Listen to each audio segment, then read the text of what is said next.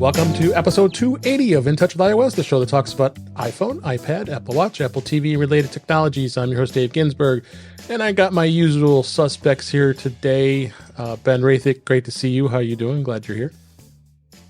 I'm doing great, Dave. It's been an interesting day. That's great. And Jeff Gamet's here as well. How you doing, Jeff?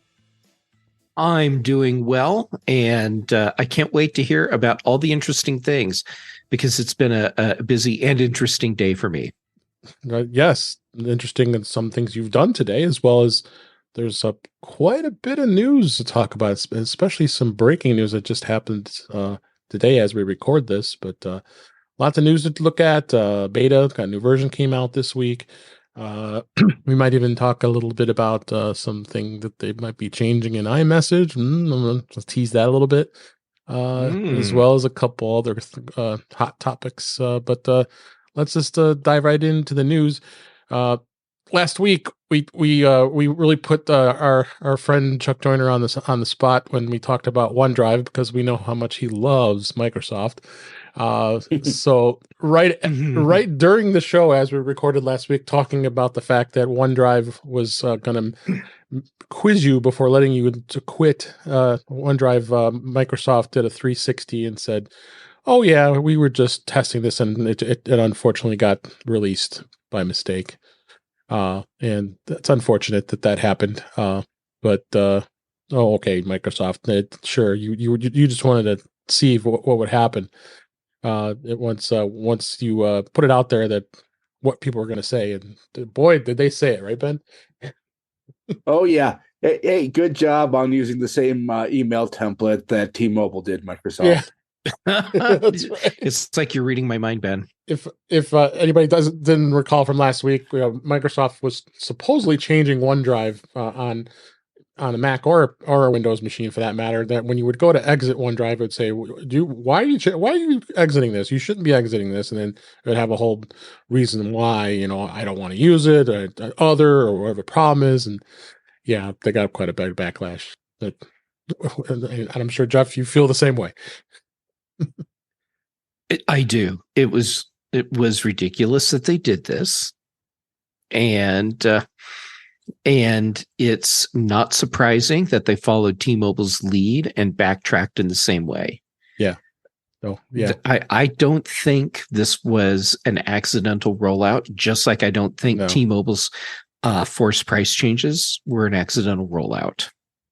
And you know what? It's okay for a company to do something like this and then just totally own it and say, you know what?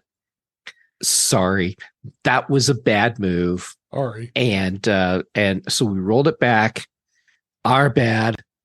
Let's just all move on. Yeah. Okay.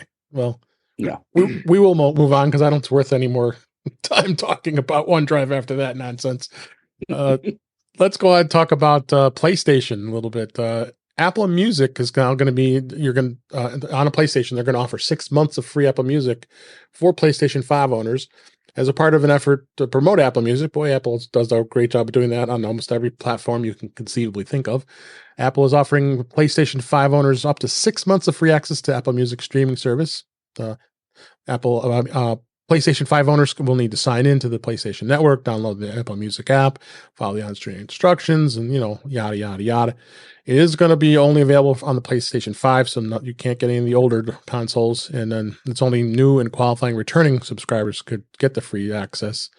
So this is not a deal available to current subscribers. So not that you would need anyway, because you're already paying for it.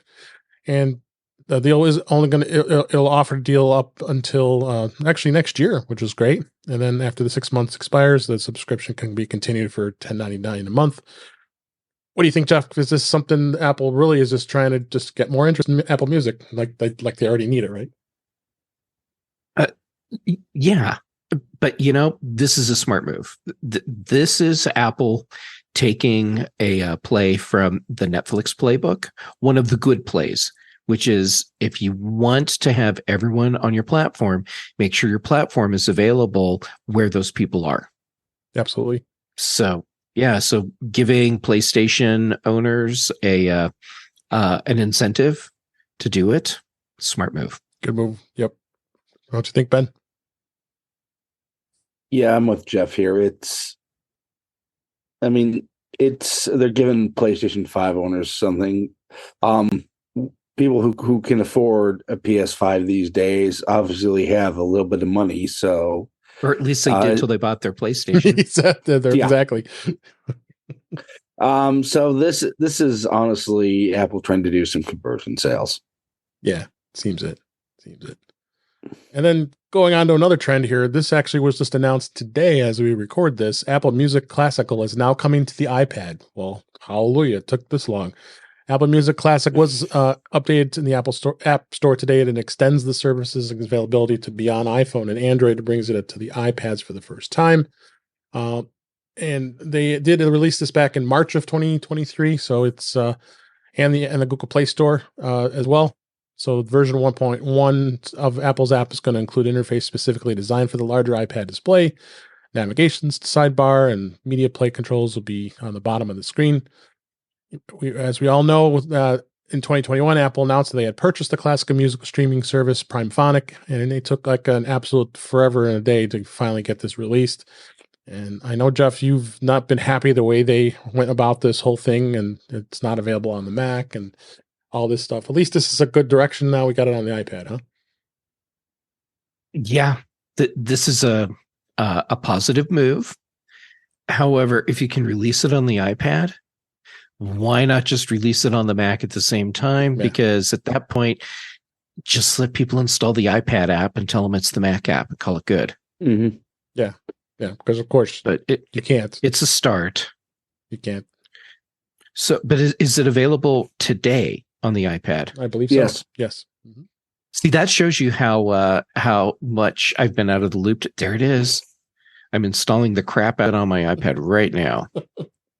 Yep. It is available today as we record here. So what's your thoughts, Ben? I'm thinking in another 8 months, I'll be able to use it on my Mac. That sounds about right. That's when I'll actually start really using it. Yeah. I mean, honestly, it seems like this rollout has been an unneeded disaster. Yeah. Yeah. It's been very disappointing. Yeah. Literally the Apple platform most usable with lossless is still missing from Apple Music Classic or Classical. Yep. Lame. Very lame. Then the next story here is Qi 2 wireless charging is coming soon. The first wireless chargers that support the new Qi 2 charging standard are set to launch in time for the holiday season. This was an announcement by the Wireless Power Consortium, WPC. Announced this week as we record. This is the next generation of Qi charging that incorporates magnetic power profiles. Qi 2 devices will work like Apple's MagSafe feature, using magnets for alignment and the speedier charging. The iPhone 15 models are the first Apple smartphones that will support the actual Qi 2 standard. More than 100 Qi 2 devices are in testing, according to the consortium, including chargers from companies like Belkin, Mophie, Anker, AirCharge, the usual suspects. And the magnetic power profile was designed based on MagSafe contributions from Apple, and this has been combined with the new extended power profile to form what's considered Qi 2. Ben, you've had some good insights on the Qi 2 charging standard. You think this is exciting that this is finally coming out? I think it's very exciting that it's coming out. That said, we're not entirely sure what Qi 2 exactly is yet and how it'll work with any iPhones. I mean, chiefly the iPhone 15. Yeah. I mean, is it essentially MagSafe by different name? Is it slightly different? Will the iPhone 15 work at full 15 watts of power on it? Right now, we don't have any answers to those questions. Right. What's your thoughts, Jeff? I think it's interesting how Apple has really been leaning into driving standards over the past several years. And this is just another example of that.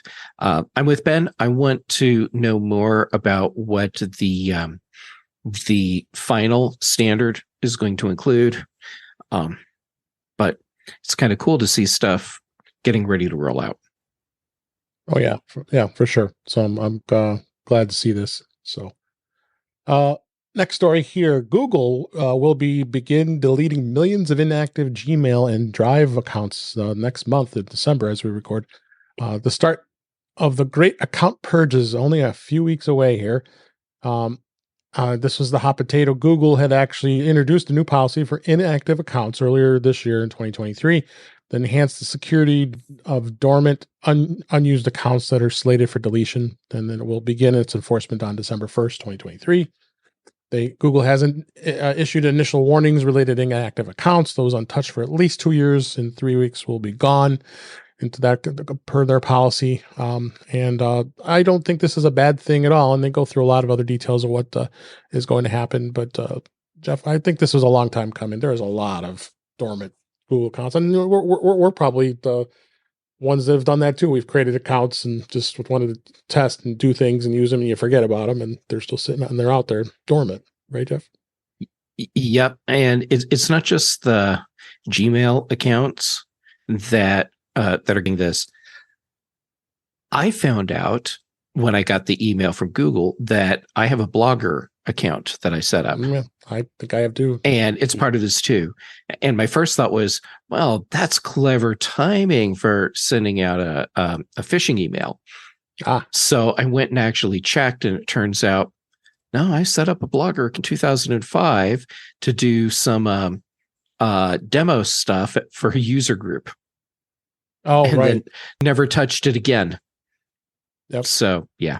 Anyhow, so what I'm saying is the big news is I had set up a Blogger account. Who knew? Yep. You have a Blogger account, Glenn. You're active using it, right? Correct. But I think that tech is built on Blogger. Yeah. I'm cheap. Hey, why not? No sense if it works for you, because that platform's been around like forever. So you don't have to worry about them deleting your account. No. And I'm not too worried about my Blogger account. Yeah. So, the next story here, iPhone 14 users are going to continue to get free emergency SOS via satellite for another year. Apple announced this today. Again, well, all these stories coming out this week as we record here. The emergency SOS via satellite service is being extended for another additional free year for existing iPhone 14 users. Apple originally gave the new iPhone 14 owners 2 years of free after the device activation, which would have expired in November of 2024. As we know, now emergency SOS via satellite is going to now be free for 2 more years starting this week as time of activation of any iPhone 14 model.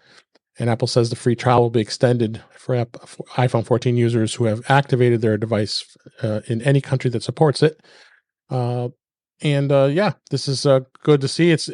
We've had so many stories about how it saves so many lives around the world, and it gives many examples of where people have gotten really stranded in rural areas with no cell service at all.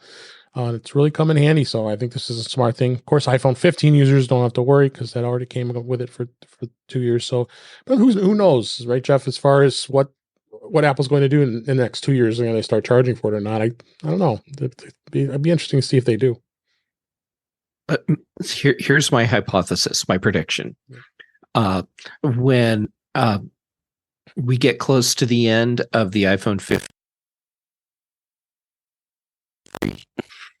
coverage, by that point, Apple will have announced that it's just free. It's just part of the service of owning an iPhone. Yeah. I think that they will not ultimately charge people for this service.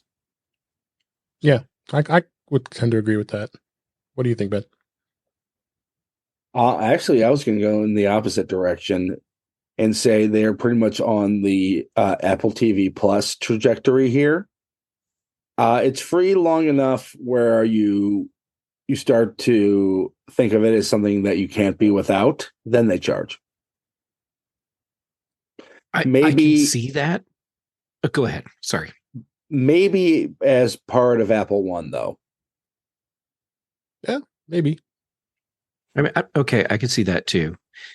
Ben, the reason I think ultimately this is going to be a non-charged thing, or potentially rolled into Apple One, is because this is one of those features where it would feel sort of like if Apple started charging you for fall detection. Don't give them ideas. Right? But the optics of that would be really bad. And can you imagine the coverage, the news coverage of someone who hadn't paid for SOS getting stranded in the mountains and freezing to death in a blizzard because they couldn't get a message out? That's true. Yeah, that's true. Yeah. Anyhow, and I'm looking forward to seeing what does happen with this. And what I'm actually going to bring up too is this was a story actually that occurred in the Chicago area where I live. There was a family that is suing Volkswagen because their car got the lady's car got hijacked and she was injured, and their toddler was sitting in the backseat of the car, and they did steal the car, and Volkswagen refused to activate the emergency services because she hadn't paid for it.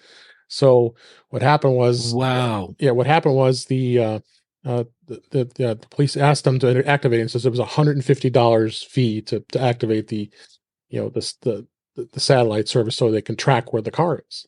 Well, thank God that the police, after 40 minutes, ended up finding the car, and the baby was unharmed. But here's a prime example why something like this, Apple may just consider, like you just said, allowing this to be a free service. That is horrible. And Volkswagen over the past several years has had so much bad press for doing just the wrong thing. Dumb things. Mm-hmm. And stupid wrong things. And this was a stupid wrong thing. They should have just flipped the switch right then, and they could have been the hero. Yeah.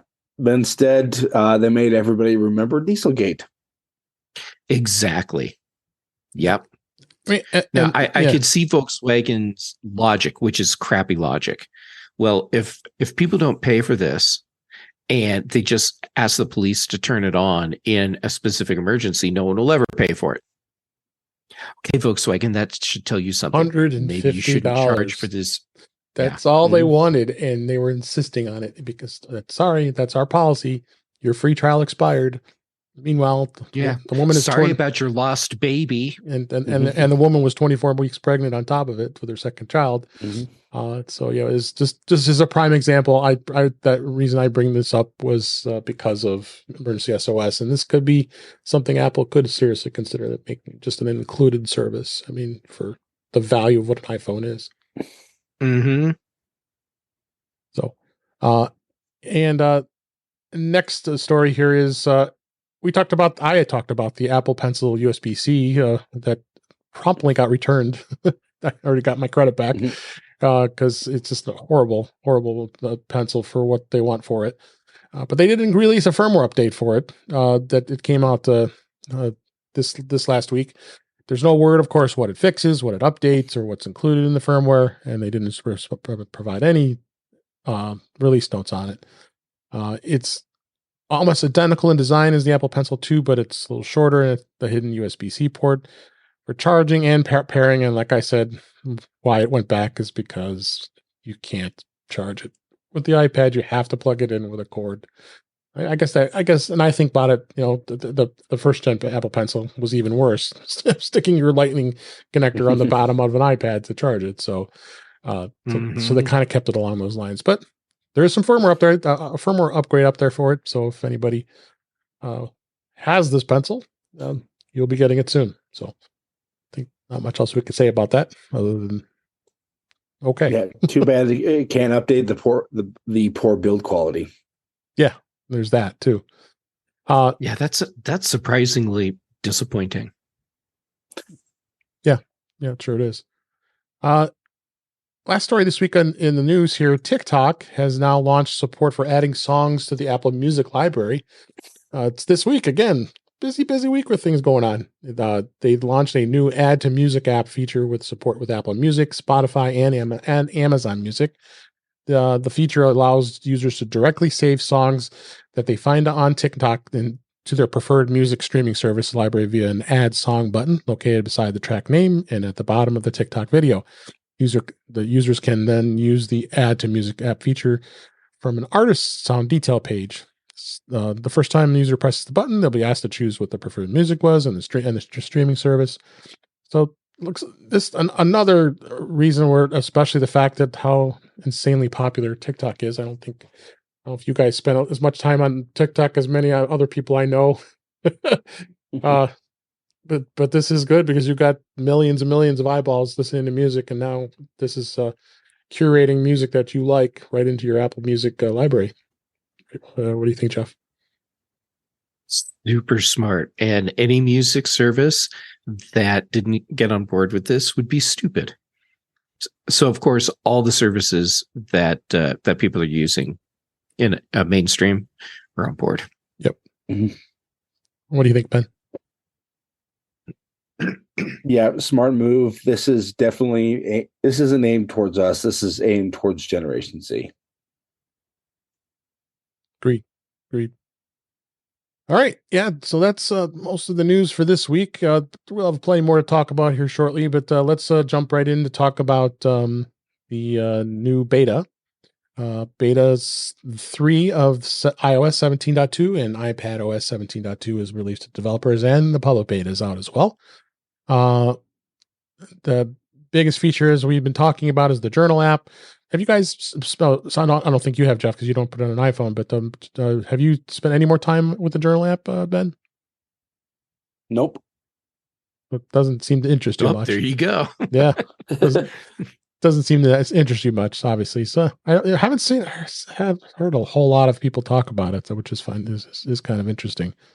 I think we will hear people talk about it after the general release is out. That's true. And I think what we'll see is that there will be people that start figuring out really interesting things you can do with the Journal app and shortcuts, and then it will start to become a compelling tool for people.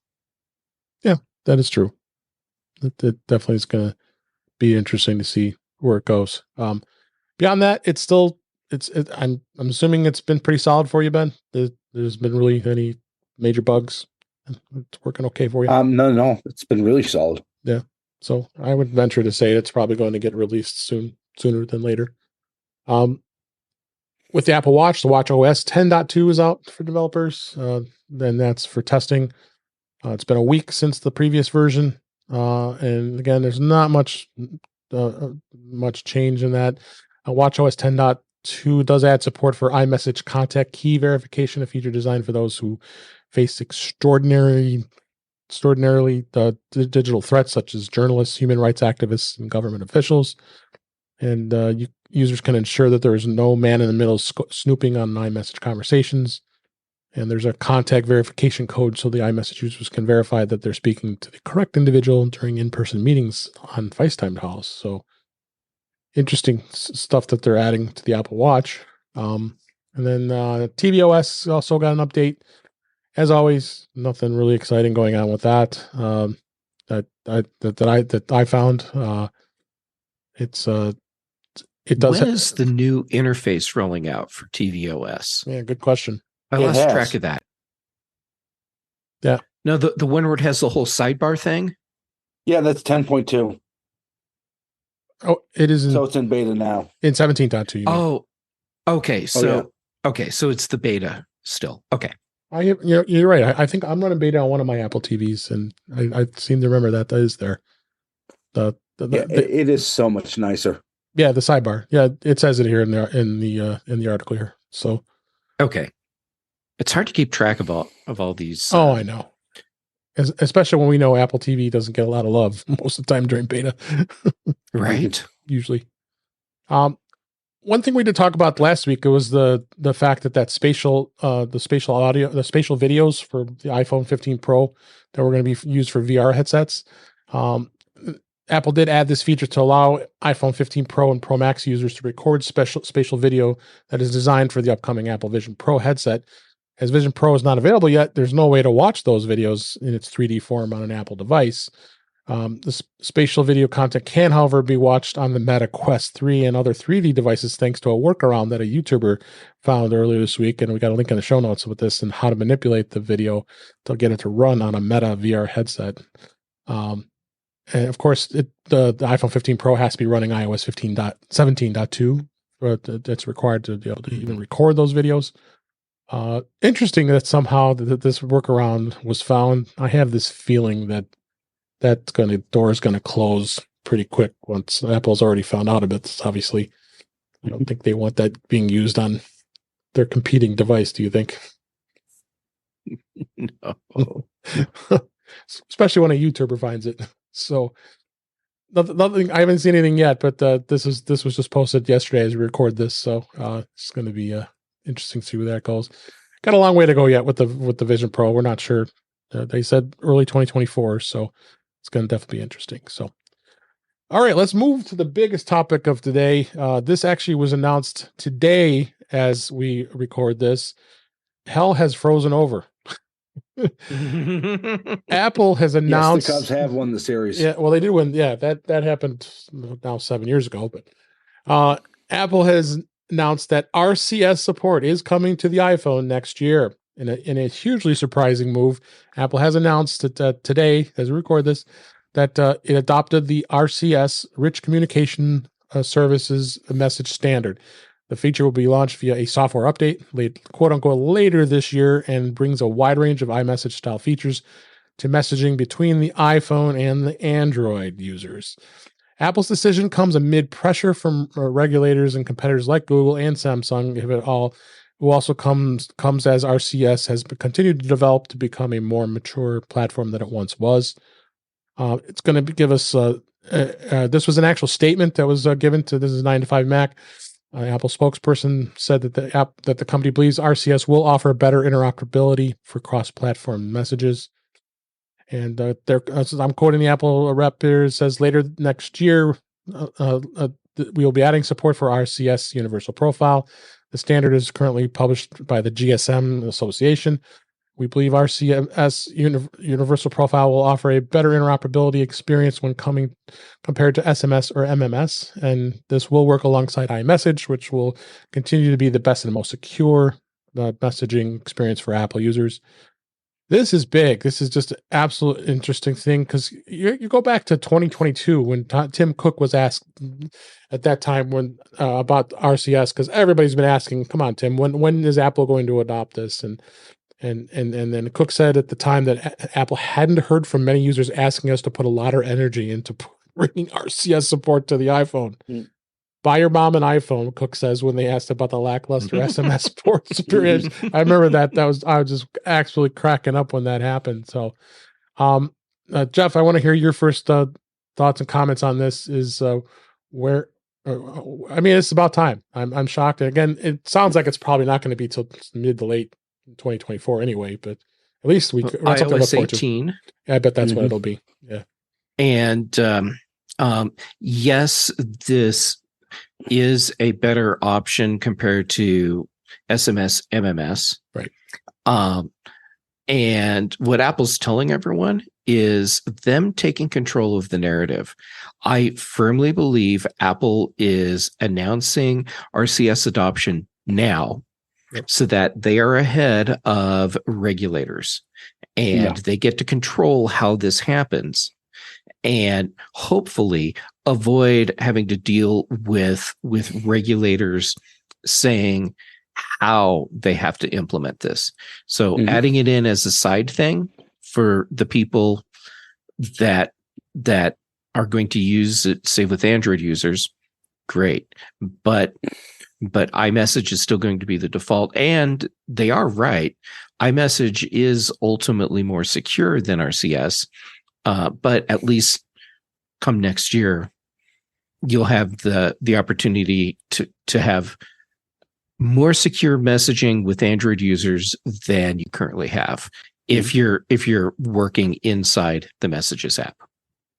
Yeah, absolutely. And fun. Before I get to you, Ben, funny how there was an article a week ago that I had not talked about last week, but Google had wanted the EU regulators to actually force Apple to open up iMessage, and they said that this messaging platform could fall under the Digital Markets Act regulation in the EU, and all these vendors, all these companies, Google, Meta, and other message service operators have been fighting to get Apple to convince Apple to open it up.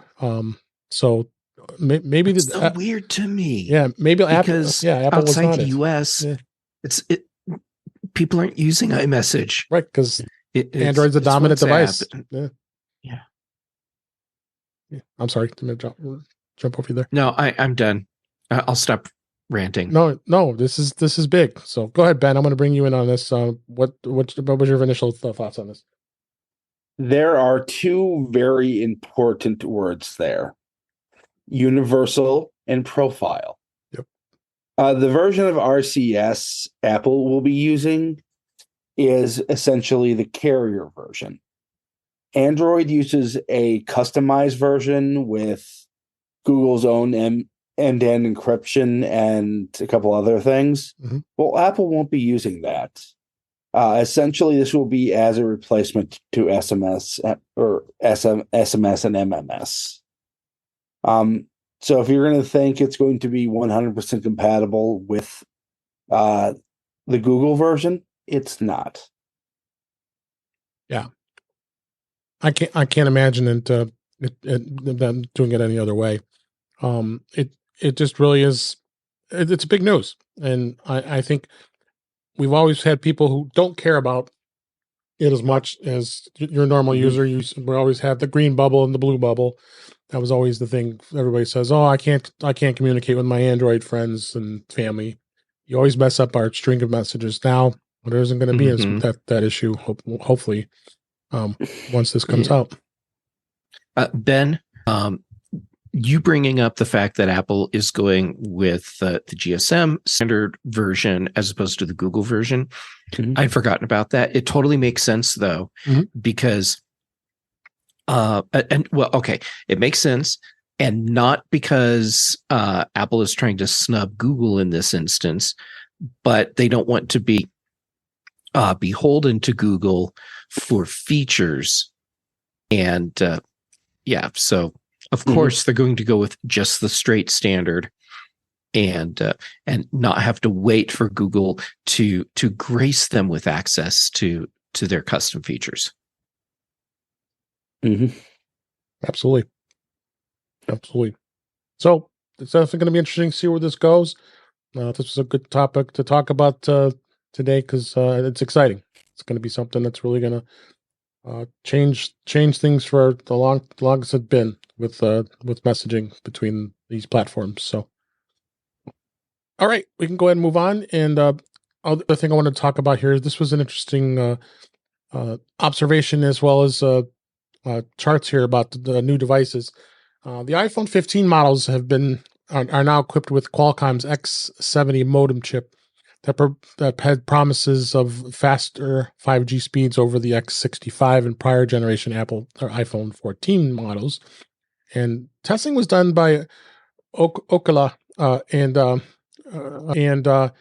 they went through all these different models of smartphones, and the top phones were the iPhone 15 series of phones that were much faster and medium download speeds, anywhere from 285 megabits all the way up down to 249, and that was on the top four.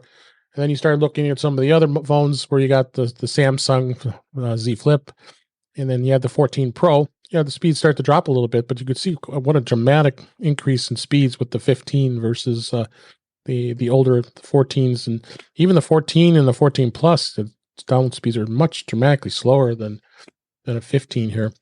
And what they were using, they were collecting it online through their speed test app. That's their site that a lot of us use to check speeds. They determined that they did about 54% faster speeds and downloads than the 14 models. So comparing all this is just, it's interesting. It's interesting to see that 5G has improved that much over one model generation that this does this. What do you think about this, Ben? Qualcomm does a phenomenal job with their 5G modems, especially the X70 here. Quite frankly, despite Apple having their own modem division, I wonder if Qualcomm has too big of a lead right now. It's possible. They're looking to change their technology even further. So, I mean, who's competing with them? Right now, nobody, effectively. Yep. What do you think, Jeff? Yeah, Ben, I believe you're right. No one is effectively competing with Qualcomm right now. The other part of what you said, do they have too much of a lead? And I'd say today, yeah, they do. That's why there's no one really competing with them. Out of the race, because look at what they have done with their other processors. And they have created world-class, leading-edge technology. So maybe they can catch up with Qualcomm. Apple announced the 2023 App Store Award finalists. They shared the list of all their standout applications. Always fun taking a look at this every year. The iPhone App of the Year finalist was All Trails, Duolingo, and Flightly. Seems like Duolingo ends up on their top list every year. Am I crazy? No, it's really good. Yeah. For those looking for translation for language lessons, this one has Spanish, French, and German. It's number 2 in education, in the education category on the App Store. Every year, it seems it seems to always make the editor's choice. I think there's a free version of it, and then you can get in app purchases too. Do you use Ben? Not as much as I should. My Russian and Ukrainian are very poor. But I mean, the fact that they have successfully gamified language learning, to a degree that nobody else has, Duolingo deserves all the props that they're getting. Have you used this app, Jeff? No, but I really should. I have friends that even beyond Ben, I actually have friends. And me. Oh wait, what? no. The point is, I have friends that are using Duolingo and really like it, and I should be doing this. If for nothing else, I should really learn Spanish because it is used heavily around where I am, and it would be really nice to be able to speak with people just on their terms. Yep, absolutely. All right, I guess I need to download Duolingo. There's another one that Okay, go ahead. Try this one, Jeff. Dos cervezas, por favor. Now that one I can do because you never want just one. This is true. The travel app Flighty is the live flight tracker app is probably one of the best of them out there as far as tracking your flight delays. It works across all the platforms, including iPhone, iPad, the Mac, as well as on the Apple Watch. And they have weather radar built in, so you can take a look at live weather, as the flights are going, and a lot of great stuff here. It does have some free services, but you do have to pay for a month to month up to an annual fee. The annual fee is up to $47.99. So, I mean, if you travel a lot, this is definitely an app that's well worth the investment, because I hear a lot of good things about Flighty. I've downloaded it and played with it, just the free version, and I think it's pretty good. If you fly a lot, you need an app like this. Yeah. I've been using Flight Update Pro for years and years. Yep. And it's been invaluable. And Flighty is an excellent app as well. Mm-hmm. So, yeah. And then the third one was All Trails. This is for those who are into hiking, biking, and running. It's a GPS trail maps for all kinds of activities, and there's over 400,000 plus trails that it tracks, and that does make it really easy to get around to where you're making sure you're staying on the right path and tracking your progress. And this one does have an in-app purchase. They have a plus up to it looks like they have a bunch of different in-app purchase plans that'll give you more advanced features.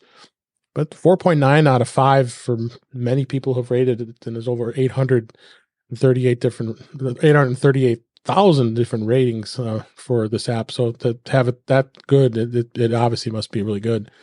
It is that good. And that's right. And Jeff, Ben, have you used it? I mean, because I know you do a lot of walking. And hiking. Yeah. I've used All Trails for years now. It's if you like hiking or that kind of stuff, any kind of outdoors, this is an absolute must-have app. Good. I agree.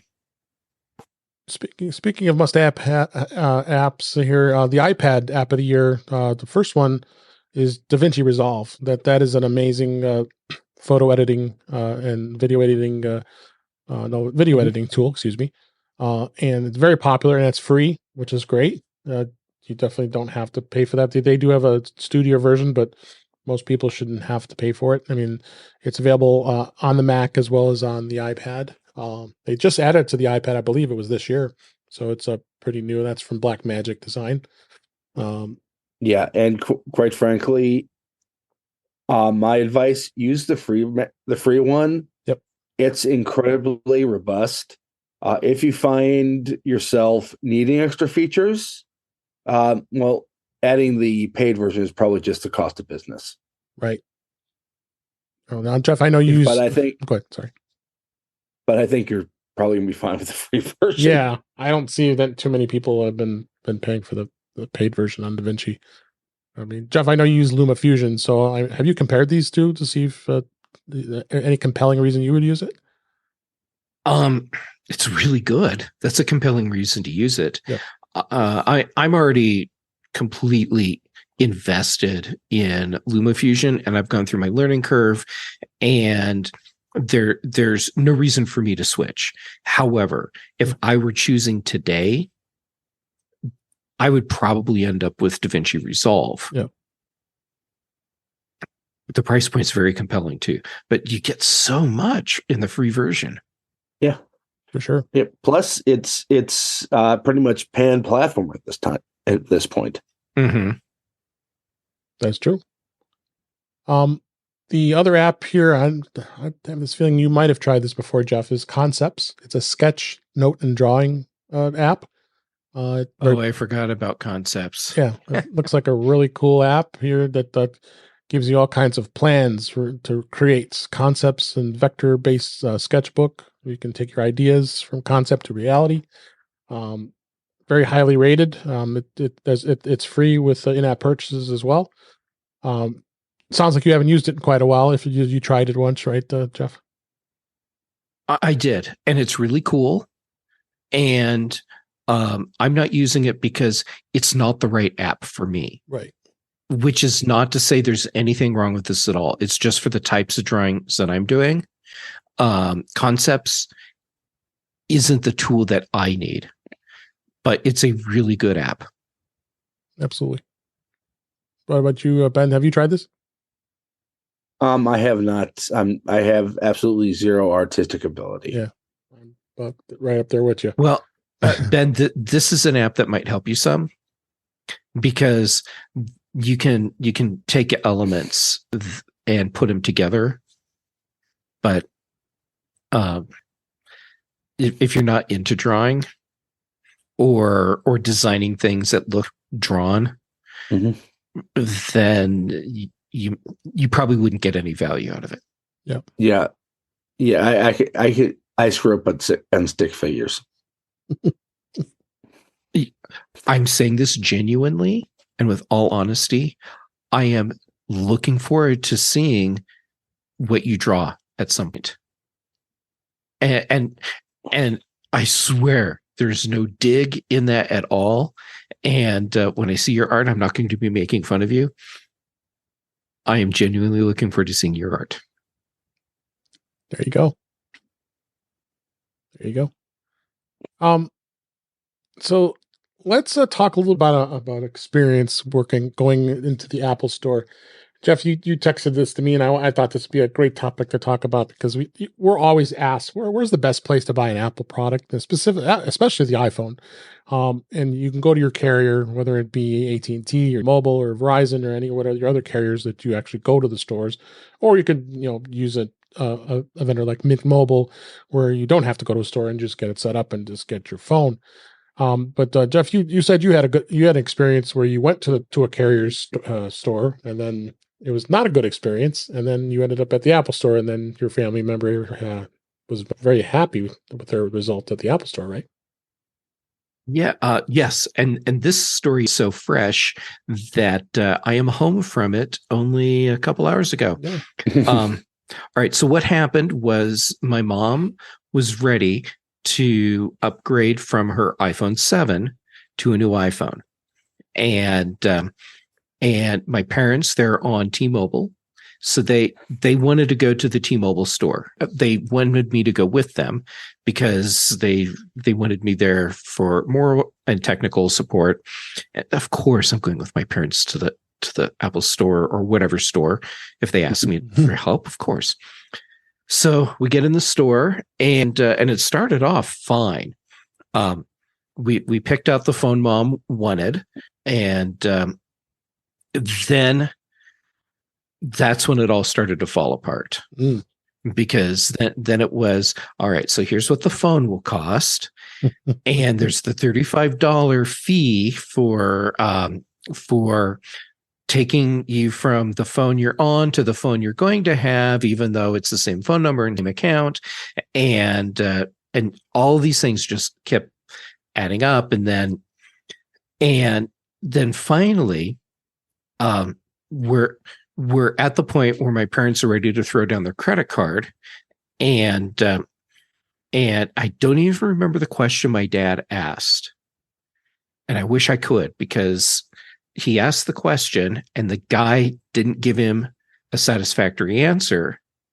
And I looked at my parents and they looked at me, and before I had even said, let's go, they were already turning and walking out. And the guy, he had tried to convince us that going to the Apple Store is a bad idea. They can't really help you get ported from your old phone to your new phone, and you have to wait too long, and it costs more. Anyhow, so we hop in the car, we drive over to the Apple Store and walked in, and immediately someone was helping us. And not only were they able to help us, it ended up costing less, because the $35 fee you don't get charged at the Apple Store, and T-Mobile has a thing going where you get a $30 discount when you're paying for your phone up front. It was some carrier kickback. So they saved $35. Then they saved an extra $30 from that. And Mom traded in her old iPhone, and they were going to do that at the T-Mobile store, but it was going to be a much more involved process. So it's an iPhone 7, and they gave her $40 for an iPhone 7. Better nothing. Yeah. So that was an extra $40 off right there. Then my mom wanted a screen protector. Apple sells screen protectors that come with a warranty. So if the screen protector gets broken, you go back to the Apple store and they put a new one on for you. And so they took care of putting that on. My mom had found a case at the T-Mobile store that she really liked, so they went ahead and bought that. Nope, they screwed that up, sold her the wrong case, and unfortunately, I didn't catch that at the time. Yeah, I mean, there's so much going on, sure. And that was the one thing I missed. So she ends up with a case she can't use, finds a case she preferred anyhow at the Apple store. Yeah. So took care of that. They took care of the whole process of moving her to the new phone. Just absolutely smooth experience, and walked her through the whole let's migrate all of your settings and data and everything, and made sure it was working correctly before we left the store. And it cost less than going to the T-Mobile store. Everyone was nicer. There was no the person that we were dealing with at the T-Mobile store, they weren't directly condescending, but there were moments where it sure felt like it. And there was none of that at the Apple store. And so when we were done, instead of leaving with that kind of tense feeling that my parents had at the T-Mobile store, they left relaxed and happy. And my mom was very excited to have her brand new green iPhone 15 with her clear case that has a metallic green MagSafe ring on the back, and she was just smiling and happy. And based on the way our experience started at the T-Mobile store, had we done the whole purchase and process there, we would have left probably emotionally exhausted, all of us. And I am certain the process of getting her all of her data and settings from her old iPhone to her new iPhone would not have been completed. They wouldn't have spent the time. Yeah. And my dad, who's always been insistent on, no, we have to go to the carrier store to get new iPhones. Yeah. As we left the Apple store, he said, I will never go into the T-Mobile store again. Yeah. And was it a company store or was it a third-party store? It was a T-Mobile company store. It was, okay. Because that's the thing. Sometimes with carriers, you have these third-party vendors that resell the service, but are allowed to use the branding like T-Mobile. Yeah, and actually, that bites people. Like, let's say you have a T-Mobile phone that has a SIM card in it still, right? And your SIM card fails. If you go into an actual T-Mobile store, they replace the card. If you go to one of the third-party stores that appears like it's a T-Mobile store and they don't tell you it's not, right? Of course, they will charge you for that SIM card. Yeah, it's crazy. Absolutely crazy. I mean, I can't tell people enough what an amazing experience is to be in the Apple store. Just overall, just that experience alone just kind of proves it. And I'm on the Apple upgrade program every year, so I generally don't go into the store, but I get the phone shipped to me, or I would go pick it up. And I always love to go there just to have to experience what employees are trained to do. They're trained to please the customer, and that's what. Every time I know all three of us have been in Apple stores and have had that experience. That it's just, well, how do you beat that? I mean, Apple has just done an amazing job in their retail stores to make sure that the customer is happy with the products that they purchase, and that's a good case in point because the iPhone is probably the most time consuming purchase of all the purchases you're probably ever going to make from Apple. Yes, it is. It's a process, and it's not just run in the store and run out with a new phone unless you're planning on doing everything on your own at home. Yeah, which most people don't want to do that. The three of us as being technologists and having the tech savviness to do it ourselves. We're generally okay with it, but sometimes I like to just kind of experience what Apple does, only because it's a pleasure to see, and it makes me even happier that I am into Apple's products, only because of that reason. Because you go buy a Samsung phone, good luck getting good support with that. I mean, people are out there who love Android over an iPhone. That's fine, but I don't see the experience of the support between the two brands that is any good. It was truly a really, really good customer experience. I know it's harder for you, Ben, because you're not as close to an Apple store as we are, but after hearing that, especially with that $35 fee, it might actually be cheaper for us to drive to Madison. Yeah, just to drive there to spend the time to a good road trip to go to the Apple store to get that experience. I mean, I've purchased Macs. I purchased Macs at the Apple. Well, you can sometimes get better deals at some of the retailers that are selling it, but I've always had a good experience with that. And you might find it interest when they have the sessions there. There's some training sessions and talking about some of the ways you can use your products. And you can't get that at T-Mobile store. All T-Mobile wants to do is get you in there, get you on the service and get you out the door.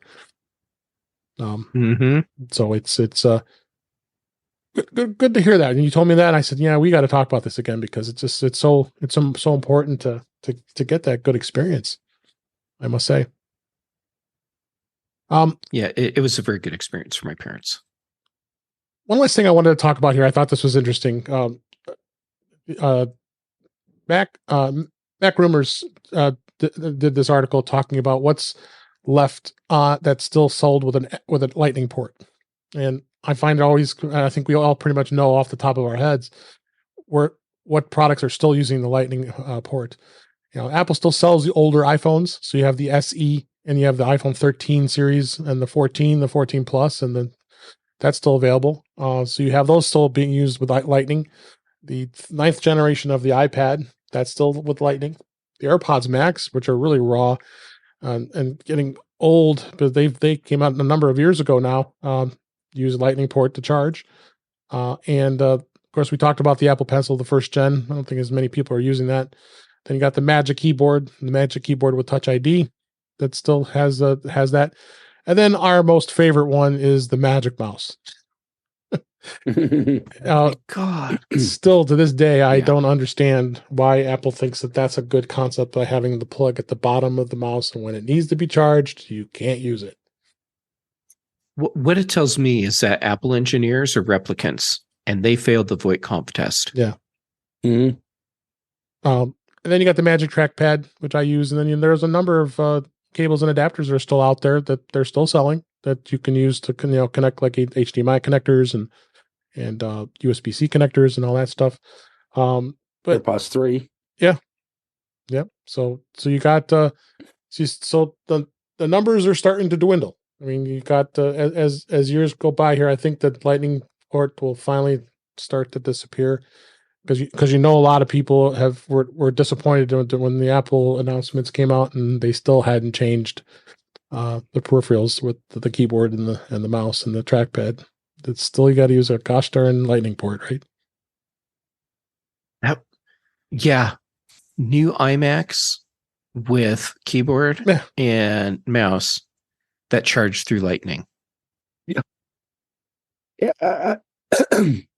I think in that case, like, just one day they're going to magically switch to USB-C once all the inventory's out of the way. Yeah, no, I agree. Yeah, I'm sure you're right. Yeah, I agree. So definitely interesting to take a look at. I'd like to know what your thoughts are about this. Send me some email, feedback at intouchios.com. Should Apple finally be getting rid of this Lightning connector? Because it's just not. It's getting old. I think it's time to finally retire it. We had the 30-pin connector. We went to Lightning, so that didn't take too long after that. Once that finally disappeared, once the iPod was discontinued. So, yeah, I think within the next maybe 2 years, will probably be at the tops. We'll probably be talking about this again, and all the iPads will, from what they're rumoring anyway, that they're going to go to USB-C of the newer generation entry level iPad, and then iPhones will start to, as we get to the 16 and the 17 and the 18 model iPhones, then we'll probably start seeing where the USB-C will be the dominant connector for the iPhone. And we'll just be looking back in history with everything else with Apple, and something that they changed, and laugh about it and said, "Oh yeah, remember that lightning connector? Well, we don't use that anymore." Yeah, the lightning connector. It was such a big improvement. Oh, for sure. Yeah, it was like light years ahead when it came out. Yeah. And I get why it was time to move on multiple levels for Apple. But yeah, I'm surprised that they haven't already done the transition with at least more of the accessories. And Ben, I'm sure you're right. They have inventory to work through, and my guess in many cases it's not the inventory that's already assembled. It's pre-purchases on components, and so they have to work through the rest of that before they move on to USB-C connectors. Absolutely. So. All right. Well, we've come to a close for another episode here. Let's go ahead and wrap things up. That's a wrap for this week. Please send your comments, questions, and suggestions to our email address, which is feedback@intouchwithios.com. You can follow us on Mastadon at intouchwithios, at techhangout.social. Support the show by buying me a coffee at intouchwithios.com/coffee. We'd really appreciate it. You can become a patron of the show by going to patreon.com/intouchwithios. We have 2 tiers available to support the show. We would really appreciate it. Make sure you like, share, and subscribe so you're notified when we are live streaming, which is on Thursday nights at 8 p.m. Eastern Time, 5 p.m. Pacific, on our YouTube channel, which is youtube.com/intouchwithios, where you can watch the current and past live streams, as well as listen to the past shows. Visit In Touch with iOS magazine on Flipboard, where many of the topics we discuss are flipped into the magazine. The link is in our show notes. You can subscribe to our show in your favorite podcatcher, including Pocket Casts, Overcast, Apple Podcasts, and many others. But better yet, go to our website at intouchwithios.com, where all the ways to listen to us are there.